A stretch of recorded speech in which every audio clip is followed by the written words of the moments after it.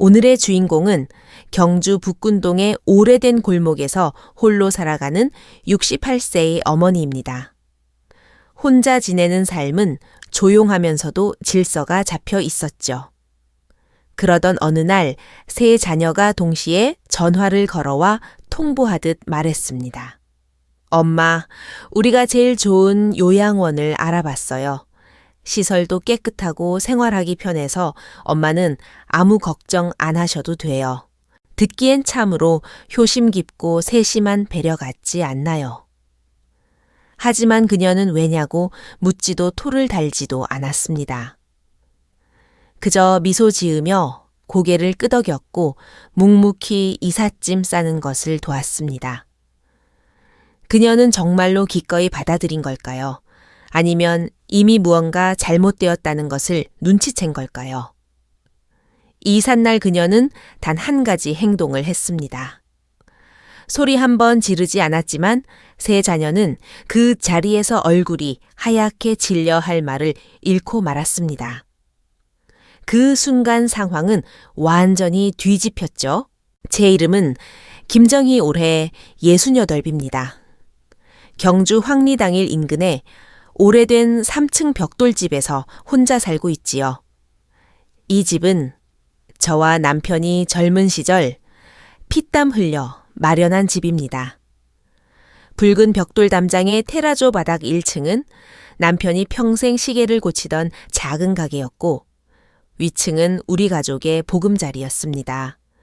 마당 앞 능소화는 해마다 찬란하게 피어나는데 그 모습이 꼭 고통과 열정, 그리고 차마 끊어낼 수 없던 정으로 점철된 제 지난날 같기도 합니다.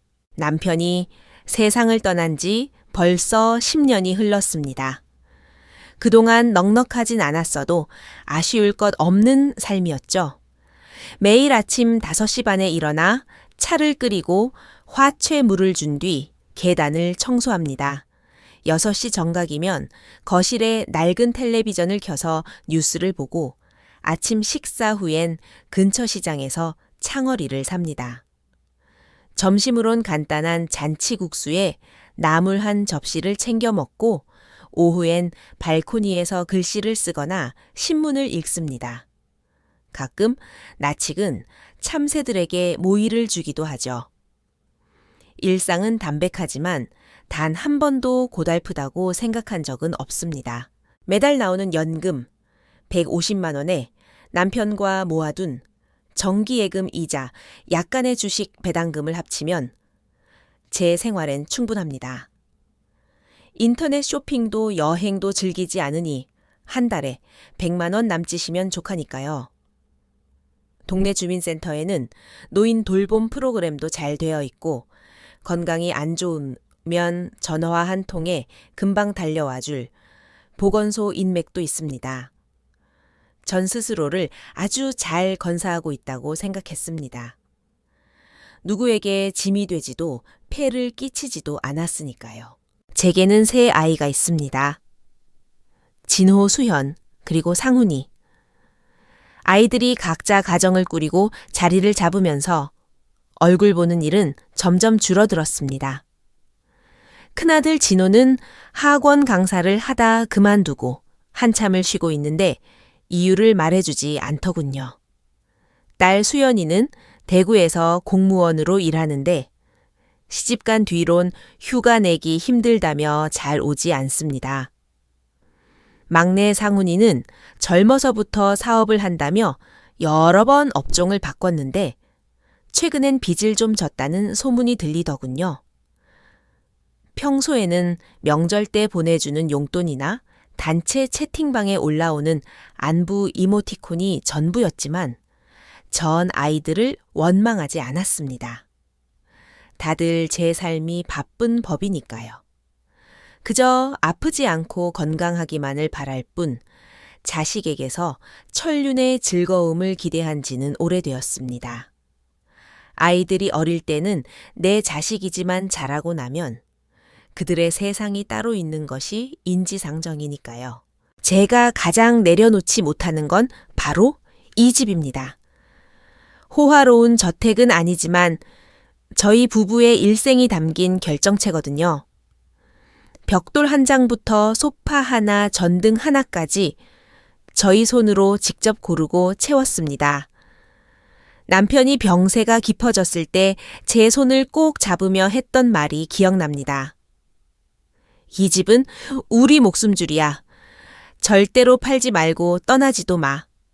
사람이 어떻게 되든 집이 있어야 집구석이 유지되는 거야.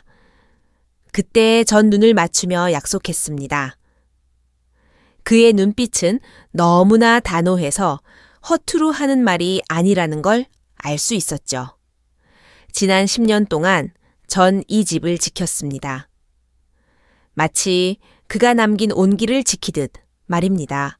하지만 제가 지키려 할수록 아이들은 뺏으려 들 줄 몰랐습니다. 그날은 토요일이었습니다. 바람이 꽤 불던 날 발코니 난간을 닫고 있는데 아래층에서 경적 소리가 들리더군요. 내려다보니 진호의 차였습니다. 심장이 덜컥 내려앉았습니다. 세 아이가 동시에 집 앞에 나타난 건 10년 만에 처음 있는 일이었거든요. 아이들은 선물 상자와 케이크, 그리고 고급 안마 의자 시트를 들고 시끌벅적하게 안으로 들이닥쳤습니다. 엄마, 우리 왔어요. 와, 꽃이 정말 예쁘게 폈네. 엄마 안색도 좋아 보이시고 하나같이 과할 정도로 친절하더군요. 저는 웃으며 아이들을 안치고 차를 우려 집안에 있던 녹차 양갱을 내놓았습니다. 거실에 앉은 세 아이는 서로 눈치만 살피더니 결국 큰아들 진호가 입을 뗐습니다. 엄마, 이번에 온 건 드릴 말씀이 있어서예요. 그는 잠시 뜸을 들이더니 조심스러운 말투로 이어갔습니다. 우리끼리 상의를 좀 해봤는데 엄마 혼자 이 넓은 집에서 지내는 게 도저히 마음이 안 놓여서요. 혹시라도 무슨 일 생기면 돌봐줄 사람도 없고 전 아무 말 없이 아이를 바라보았습니다. 이미 가슴속엔 예감이 스치고 있었죠. 우리가 괜찮은 요양병원을 하나 알아봤어요. 선셋 실버케어라고 시설이 아주 좋아요. 의료진도 있고 식사도 잘 나오고 노래교실에 오락실까지 다 있대요. 3인실 비용이 한 달에 250만 원인데 우리 셋이 분담할게요. 엄마는 아무 걱정 마세요. 딸 수현이도 거들었습니다. 엄마, 정말 괜찮은 곳이에요? 제 친구 이모님도 거기 계신 지 반년 됐는데 생활 만족도가 엄청 높대요. 삼시세끼 다 챙겨주지, 일주일에 한 번씩 의사가 회진 돌지, 재활 프로그램도 있지. 막내 상훈이는 태블릿 PC를 꺼내 사진들을 보여주었습니다. 보세요. 이게 방이에요. 헬스장도 있고요. 엄마 혼자 밥 차려 드시는 것보다 훨씬 낫다니까요. 저는 고개를 끄덕이며 억지 미소를 지어 보였습니다. 그렇구나. 너희가 참 세심하게도 알아봤네. 사실 그 순간 제 심장은 바닥으로 곤두박질치고 있었습니다. 요양원에 가는 것 자체가 싫은 게 아니었습니다. 정말 누군가의 돌봄이 필요한 때가 오면 저 스스로 알아서 할 생각이었습니다. 전 주민센터에서 여러 제가 복지 서비스나 요양시설, 중개사회복지사들도 알고 있었거든요. 하지만 오늘 아이들이 이렇게 한꺼번에 나타난 건 너무나 갑작스럽고 계획적이었습니다. 단순한 걱정처럼 느껴지지 않았죠. 전 찻잔을 들어 한 모금 마시며 별말을 하지 않았습니다. 진호는 제가 거절할까봐 겁이 났는지 한마디 덧붙였습니다. 엄마한테도 이게 더 좋은 일이에요. 집이 너무 커서 청소하기도 힘들잖아요.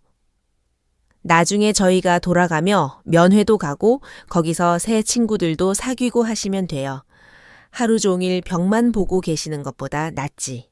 저는 무표정하게 웃으며 말했습니다. 그래? 너희가 이렇게 다 준비해 놨는데 내가 무슨 말을 하겠니? 세 아이는 서로를 쳐다보며 분명하게 안도의 한숨을 내쉬었습니다. 전 테이블 위에 양갱 접시를 치우고 주방으로 들어갔습니다.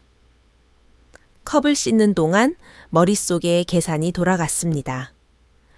한 달에 250만 원, 간병비에 의료비까지 하면 더 들 텐데 그걸 셋이서 나눠낸다고 누가 그 말을 믿겠습니까? 무엇보다 제 마음을 찌른 건 요양원의 사진이 아니라 아이들의 눈빛이었습니다. 저를 걱정하는 눈빛이 아니라 드디어 이 귀찮은 노인네를 처리했다는 홀가분함이 담긴 눈빛 말이죠. 컵을 씻는 물소리가 제 가슴 속 깊은 한숨 소리를 덮어버렸습니다. 그날 밤 잠을 설쳤습니다. 밤새 아이들의 목소리가 귓가에 맴돌더군요. 요양원 정말 좋아요. 혼자 살기에 집이 너무 커요. 마치 쫓아낼 수 없는 목이 소리처럼 윙윙 거렸습니다. 뒤척이다 새벽녘에야 겨우 잠이 들었는데 깨어보니 햇살이 이미 하얗게 방 안을 채우고 있었습니다. 빗줄기 속에서 먼지가 떠다니는 걸 보니 문득 이 집의 고요함이 귀가 따가울 정도로 느껴졌습니다. 침대에 앉아 한참을 멍하니 있다가 일어났습니다. 세수를 하며 거울을 보니 하룻밤 사이에 폭삭 늙어버린 것 같더군요. 아이들은 저를 위해서라고 했죠. 하지만 생각할수록 앞뒤가 맞지 않았습니다. 예전에 상훈이가 이 근처 땅값이 많이 올랐다고 했던 게 기억났습니다. 옆집이 팔렸을 때 시세가 10억에 육박한다는 소리도 했었죠. 어제 상훈이가 태블릿을 보여줄 때 화면 귀퉁이에 부동산 업체 이름으로 카톡 알림이 뜨는 걸 보았습니다. 그때는 모른 척했지만 다시 생각하니 가슴 위에 무거운 돌덩이가 얹힌 것 같았습니다. 남편이 마지막 숨을 몰아쉬며 했던 말이 떠올랐습니다. 이 집 절대로 남의 손에 넘기면 안 돼. 이게 우리 뿌리고 당신 노후를 지켜줄 유일한 거야. 저는 눈물 섞인 목소리로 약속했었습니다. 그런데 이제 세 아이가 합심해서 저를 내보내려 합니다. 집이 비어 있으면 아깝잖아요. 수현이가 상훈이와 통화하며 슬쩍 내뱉던 말을 저는 주방 문턱에서 다 들었습니다. 그날 오후 수연이는 짐 정리를 도와주겠다며 남편과 저의 낡은 책장을 열었습니다. 결혼 사진을 뒤적이고 오래된 편지 뭉치들을 꺼내더군요. 남편이 저에게 보낸 편지들을 보며 수연이가 한숨을 쉬었습니다. 엄마 이런 건 너무 오래돼서 보는 사람도 없는데 이제 정리해요. 요즘 다 디지털 세상인데 사진도 나중에 스캔하면 되고 이 종이 뭉치들을 다 어떻게 해요? 전 대꾸하지 않았습니다. 그러다 수연이가 방으로 들어간 사이 거실로 가보니 이미 쓰레기 봉투에 책 2권과 빛바랜 사진들 남편이 쓰던 만년필이 담겨 있었습니다. 전 멍하니 서 있다가 봉투를 집어들고 문을 걷어찼습니다. 그리고 복도 밖으로 던져버렸죠. 수현이가 놀라 달려 나왔습니다. 엄마 왜 그래요? 버리려는 게 아니라 정리해 주려는 거잖아요. 저는 차갑게 딸을 바라보며 말했습니다. 여긴 창고가 아니야. 남이 와서 치워줄 필요 없어. 아이는 얼어붙은 듯 서 있었고 저는 더 이상 말하지 않았습니다. 딸이 방으로 돌아가 짐을 챙기는 동안 전 소파에 앉아 낡은 앨범을 한 장씩 넘겼습니다. 사진 가장자리를 만지니 멀고도 익숙했던 그 시절의 온기가 전해지는 것 같았습니다. 그날 밤 전 아이들의 단체 채팅방을 무음으로 돌렸습니다. 엄마를 생각해서 다 잘 되라고 하는 말들을 더는 듣고 싶지 않았습니다. 그런 말들은 겉으로는 정중하지만 사실 칼날 같아서 가슴 속 깊은 곳을 소리 없이 찌르니까요. 다음 날 아침 일찍 주민센터를 찾아갔습니다. 정보 데스크 자원봉사자의 소개로 한 변호사와 지역 활동가를 만났습니다. 그들은 저에게 노인 주거 권리와 자산 보호에 관한 안내 책자를 건네주었습니다. 첫 페이지를 펼치니 이런 문구가 있더군요. 누구도 고령자의 동의 없이 적법한 거주지에서 이주를 강요하거나 재산을 처분할 수 없다. 그 문장을 5번이나 읽었습니다. 아이들이 내세운 게 효도가 아니라 제 재산에 대한 욕심이었다는 걸 확신하게 된 순간이었습니다. 변호사 사무실은 도서관 옆에 있었습니다. 30 초반쯤 되어 보이는 임 변호사는 아주 차분한 인상을 가졌더군요. 제 이야기를 끝까지 듣고 난 후 그는 몇 가지를 물었습니다. 서명을 요구했나요? 서면 합의서가 있습니까? 요양원과 이미 계약을 했나요? 전 아직 서명은 안 했지만 그들의 말투가 너무 확신에 차 있었다고 말했습니다. 부탁이 아니라 통보 같았다고요. 아이들이 제 등 뒤에서 부동산과 연락하고 있다는 의심도 전했습니다. 임 변호사는 단호하게 말했습니다. 김 여사님 2가지를 기억하세요. 첫째 민법 제974조에 따라 자녀는 부양 의무가 있지만 주거 결정을 강제할 권리는 없습니다. 여사님이 의사결정 능력을 상실하지 않는 한요. 둘째, 이 집이 여사님 명의라면 자녀들은 법적으로 처분 권한이 전혀 없습니다. 그는 이어 조언했습니다. 중요 서류를 은행 금고에 보관할 것, 아이들과의 대화를 녹음할 것, 그리고 부동산 업체에 연락해 소유주의 동의 없는 진행은 불가능함을 알릴 것 등을 말이죠. 저는 수첩에 하나하나 적어 내려갔습니다. 상담을 마치고 나오는데 입구 벤치에 저와 비슷한 연배의 여성이 앉아 있더군요. 짧은 머리에 햇볕에 탄 얼굴 눈빛이 예사롭지 않은 분이었습니다. 댁도 애들이 요양원 보내려고 해서 그래요. 갑작스러운 질문에 당황했지만 전 피식 웃음이 났습니다. 어떻게 아셨어요? 나도 겪었거든요. 심지어 난 거기서 일도 해봤어요. 그녀의 이름은 명숙이었고 간호사 출신이었습니다. 그녀는 제가 아이들이 말한 요양원이 정말 좋은 곳이냐고 묻자 냉소적으로 대꾸했습니다. 겉만 번지르르 하지 속은 우리가 일해봐서 알아요.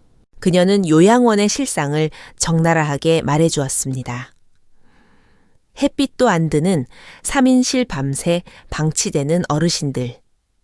심지어 반항하면 진정제를 놓거나 결박하는 일까지 있다는 이야기를 듣는 동안 제 손바닥엔 땀이 맺혔습니다. 여사님, 지금 정면으로 싸우지 마세요. 일단 증거를 모으고 준비부터 하세요. 명숙 언니의 충고였습니다. 집으로 돌아오는 길에 문구점에 들러 소형 녹음기를 샀습니다. 신발장 구석처럼 눈에 띄지 않는 곳에 숨길 수 있는 걸로 골랐죠. 집에 오자마자 신발장 위 보이지 않는 틈에 녹음기를 고정했습니다.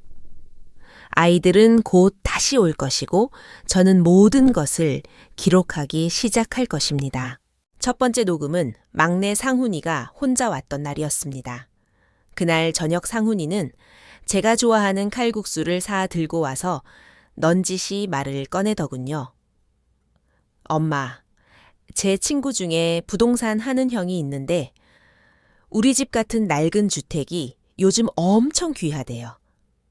내놓기만 하면 금방 팔린다더라고요. 제가 젓가락을 내려놓자 상훈이는 눈을 반짝이며 말을 이었습니다. 엄마 요양원 가면 이 집 비잖아요. 차라리 임대를 주면 한 달에 300은 받을 수 있대요. 요양원비가 비싸니까 그 돈으로 보태면 우리도 부담이 좀 적고 우리 진호랑 수연이 말이야. 제가 묻자 아들은 당황하며 고개를 끄덕였습니다. 다 엄마를 위해서죠. 그날 밤 상훈이가 나가며 거실에서 전화하는 소리가 녹음기에 고스란히 담겼습니다. 형? 경주 화학리 당일 근처 3층 주택이야.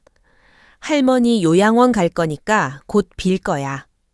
구조는 좀 낡았는데 위치가 좋으니까 리모델링해서 카페로 돌리면 수익 잘 나올 거야. 내일 와서 사진 좀 찍어봐. 제 가슴 속 분노가 꽉 조여오는 느낌이었습니다. 두 번째 녹음은 다음 날 진호와 수연이가 이삿짐 정리를 핑계로 왔을 때였습니다. 아이들은 종이 상자를 들고 와서 제 서재와 침실을 뒤졌습니다. 남편과 갔던 여행 사진 상훈이가 태어났을 때 찍은 흑백 사진들을 보며 수연이가 말하더군요. 이런 사진들 너무 많아. 엄마 어차피 다 보지도 못할 텐데 짐만 돼. 그냥 버리자. 진호도 맞장구를 쳤습니다. 그래, 나중에 내가 스캔해서 태블릿에 넣어줄게. 저는 벌떡 일어나 아이들이 담고 있던 상자를 닫아버렸습니다. 건드리지 마. 제 단호한 태도에 아이들은 당황했습니다. 엄마 공간도 좁은데 다 들고 갈 순 없잖아요. 하지만 저는 묵묵히 물건들을 제자리에 돌려놓았습니다. 그날 밤 아이들이 돌아간 뒤 녹음기를 꺼내 컴퓨터에 연결했습니다. 가구들을 팔아 요양원 보증금을 메꾸자는 상훈이의 목소리까지 선명하게 들리더군요. 전 눈물도 나지 않았습니다. 오히려 차분해졌죠. 장롱 깊숙이 보관했던 등기권 리증 인감 통장, 예금 증서를 모두 꺼내 남색 천 가방에 넣었습니다. 다음 날 아침 일찍 은행에 가서 개인 금고를 만들고 서류들을 다 집어넣었습니다. 그리고 거래 내역서까지 꼼꼼히 출력했지요. 다시 법무법인을 찾아가 유언장을 새로 작성했습니다. 누구든 본인의 동의 없이 이주를 강요하거나 자산을 처분하려 할 경우 상속권 전액을 박탈한다는 내용을 명시했습니다. 집으로 돌아오는 길에 열쇠 집에 들러 대문의 자물쇠를 디지털 도어락과 수동 잠금 장치가 결합된 이중 잠금으로 교체했습니다. 저녁을 먹으며 뉴스를 보는데 제 마음속은 그 어느 때보다 견고했습니다. 이 집은 제 평생의 자부심이고 제 목숨은 누구의 손에 이끌려 다니는 게 아니라는 걸 보여줄 때가 왔다고 생각했죠. 일주일 후 진호가 전화를 걸어왔습니다. 엄마 선세 실버케어에서 견학 오라고 연락 왔어요. 오늘 오후에 제가 모시러 갈게요. 전 이미 다 알고 있었지만 순순히 응했습니다. 아이들이 저렇게 적극적인데 제 눈으로 직접 확인해 봐야겠다 싶었거든요. 오후에 진호의 차를 타고 도착한 요양원은 겉보기엔 깔끔했습니다. 하지만 명숙 언니의 말대로 공기는 차가웠고 무언가 눅눅한 냄새가 났습니다. 입주 챈웬이라는 젊은 여직원은 화려한 시설을 자랑했지만 운동기구에는 먼지가 쌓여 있었고 도서 실책들은 낡아 빠져 있었습니다. 복도를 지나 방들을 구경하는데 한 3인실 침대에 누워있는 할머니의 안색이 잿빛이었습니다. 화장실 바닥은 미끄러웠고 벽에는 물때가 가득했죠. 나오려는 찰나 옆방에서 비명이 들렸습니다. 내보내줘, 집에 보내달라고. 여직원은 치매 어르신이라 그렇다며 얼른 저희를 데리고 나갔습니다. 하지만 전 보았습니다. 그 방의 문이 밖에서 잠겨 있었다는 것을요. 상담실에서 진호가 여직원과 낮은 목소리로 대화하는 걸 들었습니다. 기본료는 250이고 의료 서비스 추가분은 저희가 가구 팔아서 충당할게요.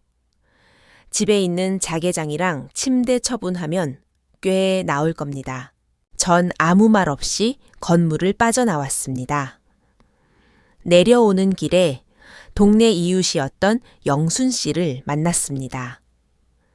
딸이 강요해서 들어왔다던 그녀는 몇 달 사이에 넋이 나간 사람처럼 변해 있었습니다. 휠체어에 앉아 침을 흘리는 그녀를 딸이 다그치더군요. 엄마 똑바로 앉아 이러니까 내가 여기 보낸 거 아냐. 그 모습은 제가 꿈꾸던 노년이 아니었습니다. 그날 밤 명숙 언니에게 문자를 보냈습니다. 언니 말이 맞았어요. 오늘 직접 보고 왔습니다. 언니는 바로 전화를 걸어와 위로했습니다. 여사님 슬퍼할 시간 없어요. 이제 방어하세요. 집은 절대 내주면 안 됩니다. 전 부동산 신탁에 대해 공부하기 시작했습니다. 변호사를 다시 만나 제 집을 부동산 신탁으로 묶었습니다. 수익자는 저 자신으로 지정하고 제가 사망하기 전까지는 누구도 처분할 수 없도록 법적 장치를 마련했죠. 그리고 대문 앞에 CCTV를 설치했습니다. 이달 말이면 아이들이 절 요양원으로 보내고 집을 정리하려 들 것입니다. 하지만 전 더 이상 순한 양이 아닙니다. 아이들이 오기로 한 날 아침 전 남편이 가장 좋아했던 푸른색 원피스를 입고 진주 귀걸이를 했습니다. 서류 가방엔 등기부 등본 신탁 증명서, 유언장, 복사본 녹음기, 그리고 제가 아이들에게 쓴 편지를 넣었습니다. 거실에 앉아 우롱차를 우려 마시며 그들을 기다렸습니다. 얼씨반 경적 소리가 들렸습니다.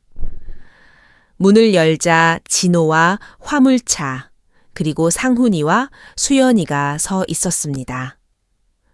엄마 짐 싸놓으셨죠? 요양원 쪽에서도 다 준비됐대요. 전 차분하게 말했습니다. 아직 짐 안 쌌다. 할 말이 있으니 들어와라. 아이들은 의아한 표정으로 거실에 앉았습니다. 수연이가 분위기를 띄우려 애쓰더군요. 엄마, 긴장하지 마세요. 다 엄마 잘 되라고 하는 거니까. 전 가방에서 녹음기를 꺼내 재생 버튼을 눌렀습니다. 상훈이가 부동산 형과 통화하며 자개장을 팔겠다고 한 내용, 수연이가 인감을 몰래 차자찬쿠얀 이전을 하겠다고 한 모의가 흘러나왔습니다. 아이들의 얼굴이 순식간에 굳어졌습니다. 이건 다 백업해 뒀고 변호사에게도 넘겼다. 그리고 전 신탁 서류와 유언장을 테이블에 내려놓았습니다. 이 집은 부동산 신탁이 되어 있어서 누구도 내 서면 동의 없이는 팔거나 임대할 수 없다. 만약 강행하면 사기죄로 고소할 거다. 그리고 유언장에 적었다. 내 거주지를 강제로 옮기려 하거나 재산에 손을 대는 자는 상속권에서 제외한다고. 거실엔 숨소리조차 들리지 않았습니다. 수연이가 울먹이며 말했습니다. 엄마, 우리는 정말 엄마가 걱정돼서. 전 차갑게 비웃었습니다. 걱정해서 내 의사는 한 번도 묻지 않고 집 시세부터 알아보고 가구 팔 생각부터 한 개 걱정이니 너희는 나를 한 명의 인간이 아니라 처분해야 할 자산이나 짐 덩어리로 본 거야. 막내 상훈이가 버럭 소리를 질렀습니다. 엄마 정말 너무하시네. 우리가 자식인데 어떻게 이래요. 그래, 내 자식이지. 하지만 이제 난 너희에게 빚진 거 없다. 키워주고 공부시켜주고 집 해줄 때 보태주고 할 만큼 했다. 앞으로 내 인생은 내가 결정한다. 결국 상훈이는 욕설을 내뱉으며 문을 쾅 닫고 나갔습니다. 수연이는 눈물을 닦으며 일어섰고 진호는 마지막까지 차가운 눈으로 절 보더니 말했습니다. 앞으로 무슨 일 생겨도 우리한테 전화하지 마세요. 전 웃으며 대답했습니다. 걱정 마라. 안 할 거다. 문이 닫히고 집안에는 다시 정적이 찾아왔습니다. 전 남은 차를 한 모금 마셨습니다. 차갑게 식어 쓴맛이 났지만 상관없었습니다. 이제 제 인생은 온전히 제 것이니까요. 그 후 한 달 동안 아이들은 연락이 없었습니다. 가끔 주민센터 사회복지사가 방문해 혈압을 재주고 안부를 물었습니다. 거실 전화기 옆에는 긴급 호출 버튼도 설치했죠. 어느 금요일 밤 갑자기 고열이 나고 몸이 덜덜 떨렸습니다. 39.8도. 정신이 혼미해지는 와중에도 아이들에게 전화를 걸어봤습니다. 진호는 지금 부산 출장 중이에요. 해열제 먹고 내일 갈게요 라고 했고 수연이는 야근 중이라 못 가요. 긴급 버튼 누르세요 라고 차갑게 말했습니다. 상훈이는 아예 받지도 않더군요. 전 눈물을 삼키며 빨간 버튼을 눌렀습니다. 3분 뒤 구급차가 도착했고 전 병원으로 이송되었습니다. 새벽 2시 병실 문을 열고 들어온 건 명숙 언니였습니다. 여사님 소식 듣고 달려왔어요. 전 그때 깨달았습니다. 정말 위급할 때 곁을 지켜주는 건 혈연이 아니라 진심 어린 친구라는 것을요. 퇴원 후 전 가계부를 꺼내 마지막 페이지에 적었습니다. 엄마는 최선을 다했다. 앞으론 너희 인생 너희가 책임져라. 며칠 뒤 상훈이가 돈을 빌려달라 전화했을 때 전 단호하게 거절했습니다. 수연이가 이혼했다며 집에 며칠 있겠다고 했을 때도 방은 내주겠지만 삼시세끼 네가 알아서 하고 내 인생 문제에 간섭하지 말라 쓰고 못 박았습니다. 연말이 되었습니다. 전 주민센터에서 초급 서예반 조교를 맡기로 했습니다. 명숙 언니와는 새해에 제주도 성산 일출봉에 가기로 약속했지요. 자식들에게선 더 이상 집이나 돈 이야기가 나오지 않습니다. 그걸로 충분합니다. 전 이제 아이들의 엄마이기 이전에 김정희라는 한 사람으로 살아갑니다. 누군가를 위해 희생하지 않고 누구에게도 굽실거리지 않는 삶. 새벽 4시 제주도행 버스 창가에 앉아 서서히 밝아오는 하늘을 보며 속으로 속삭였습니다. 하나님, 저 이제 정말 제 인생을 살고 있어요. 오늘의 이야기는 여기까지입니다. 여러분은 그녀의 선택을 어떻게 생각하시나요? 누군가는 너무 매정하다고 할지 모릅니다. 하지만 노년의 삶이 누군가에 의해 배치되는 자원이 아니라 스스로 지켜내야 할 존엄이라는 사실을 그녀는 보여주었습니다. 여러분 곁에도 이런 일이 일어나고 있지는 않나요? 부모로서 혹은 자녀로서 여러분의 생각은 어떠신지 댓글로 남겨주세요. 이 영상이 누군가에게 용기가 되었다면 구독과 좋아요로 응원 부탁드립니다. 다음에도 더 깊이 있는 인생 이야기로 찾아뵙겠습니다. 감사합니다.